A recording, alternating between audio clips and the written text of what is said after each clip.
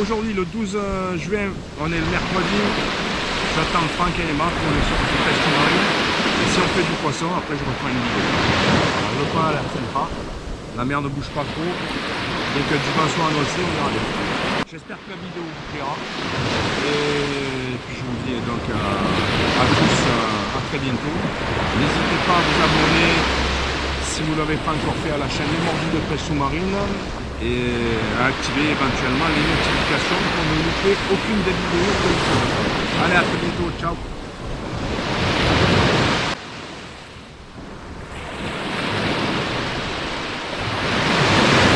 Juste pour vous montrer la plage et le lieu de la sortie.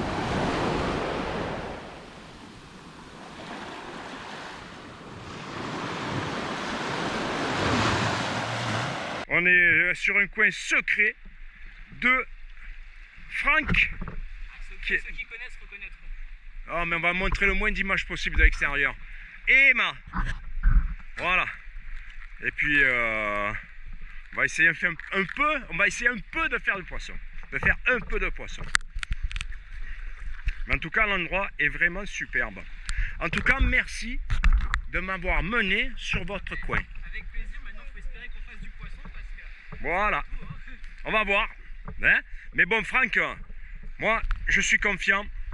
Ici à l'écran, si je soulève le sable, c'est tout simplement que je veux faire voir les paillettes brillantes qu'il y a dans le sable. On dirait un peu comme des petites paillettes d'or. En fait, Franck m'expliquera plus tard que c'est tout simplement les falaises qui sont composées de schiste se sont émiettées au fil des années avec l'érosion et c'est ce qui donne cette impression de paillettes brillantes dans l'eau. Et à force de soulever le sable, eh bien tout simplement, j'ai effrayé un bel uranoscope qui était enfoui bien sûr dans le sable, que je n'avais pas vu et que je n'ai eu aucune difficulté à tirer.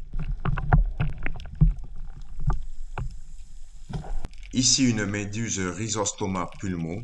Donc j'ai lu apparemment que celles qui ont le liseré bleu seraient des mâles et les femelles ont un liseré plutôt brun. D'après ce que j'ai pu lire également, elle serait peu urticante. Mais bon, je préfère la manipuler avec mes gants, comme ça vous avez un ordre d'idée de la grosseur. Au détour de cette pierre, juste devant moi, là, j'ai vu un nuage de sédiments. Je pense qu'il va y avoir un joli rouget.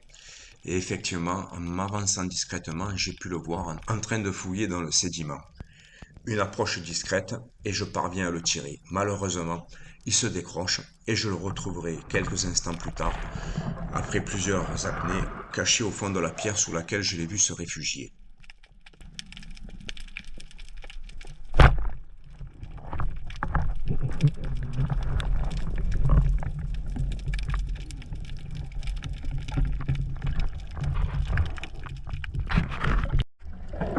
De son côté, Franck multipliera les agachons. Il pêche nettement plus profond que moi. Là, il est entre 12 et 15 mètres environ. Et donc, il multipliera, comme je le disais, les agachons avec son Salvimar en 135 triple sando. Il verra quelques poissons, jolis pour moi, trop petits pour lui. Et finalement, il sortira bredouille. Mais bon, le plaisir est quand même là de le voir évoluer à cette profondeur, de prolonger son agachon.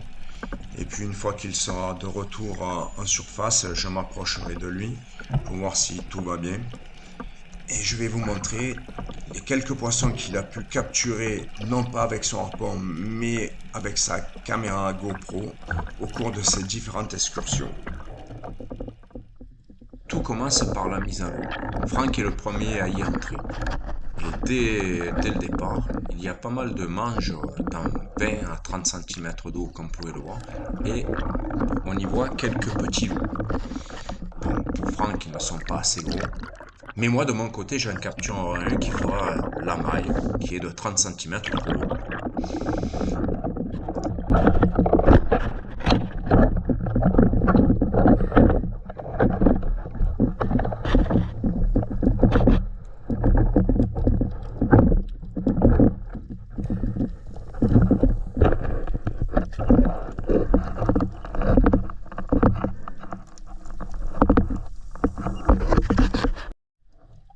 Et donc là, je pense que vous devez certainement les voir à l'écran. Ils sont au loin, il y en a 4 ou 5, mais bon. Mais bon, ces poissons n'intéressent pas Franck. Il préfère quelque chose de plus gros, ce que je peux très bien comprendre. vu l'arbalète qu'il possède. Ici, des poissons plats. Pour moi, les poissons plats, ce sont tous des sols, mais Franck m'a précisé qu'il s'agissait de rombou. Voilà. Donc, ça ressemble à la sole, à la limande, enfin bref. C'est du poisson plat et ceux-là, ils sont petits, mais il y en a de jolis parfois. C'est vrai que durant notre sortie, on a entendu plusieurs fois ces sons étranges.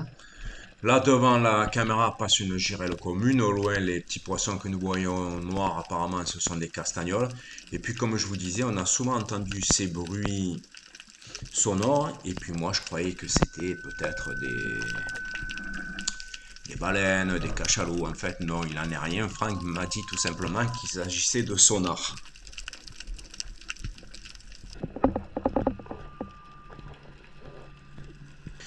Ici, bon, à part le bruit des sonars, Franck, au détour de ces touffes de posidonie, va s'apercevoir qu'il y a un corbe qui détale devant lui. On le voit là tout au fond. Là. Mais bon, bien sûr, le corbe, je vous le rappelle, c'est un poisson qui est interdit à la pêche sous-marine car il est protégé.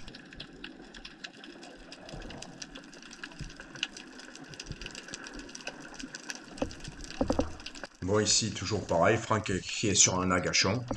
Et puis là, il va réussir à faire approcher quelques barracudas. Mais bon, ils ne sont pas très gros.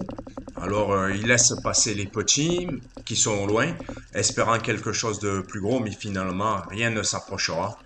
Et puis, je me demande si le bruit de ces sonars, ou de ce sonar, s'il ne fait pas fuir finalement les poissons. Et là, donc, un rouget petit que Franck laissera, bien sûr. Ici, de nouveau, ces fameux rombous. Et puis, sur la même apnée, Franck verra des petits marbrés, mais toujours pareil, très petits, qu'il laissera. Et puis là, sur cet agachon, Franck va réussir à faire venir pas mal de petites dorades, ce que j'appelle moi des blanquettes, hein, quand elles sont vraiment petites. Mais bon, c'est toujours pareil, hein. Souvent, on laisse passer le poisson devant soi, hein, les petits en général, et puis on espère toujours que derrière, il y ait quelque chose de plus gros. Mais là, malheureusement, il n'y aura rien de plus gros qui viendra. Et donc, comme je vous le disais auparavant, Franck sortira bredouille.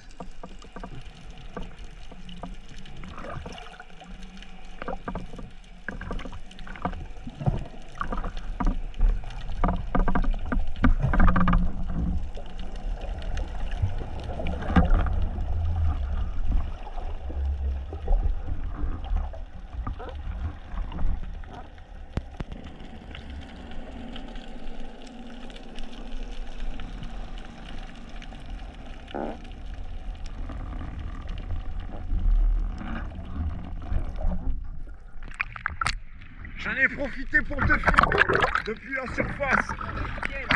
Comme ça, on ne voulait pas descendre. Tiens, mais on ne sait jamais s'il y avait quelque chose qui s'y approchait, quoi. S'il y a jamais il y avait quelque chose qui s'approchait, je le fasse pas fuir, quoi. Ah ouais, non, rien. Mais sur ça, il y a des petits dentis. Ouais. Des trucs comme ça, là. Ouais, des Et petits, là, ouais. Il n'y a rien, bah écoute. Elle est encore fraîche. Là, je vois, elle commence tard cette année.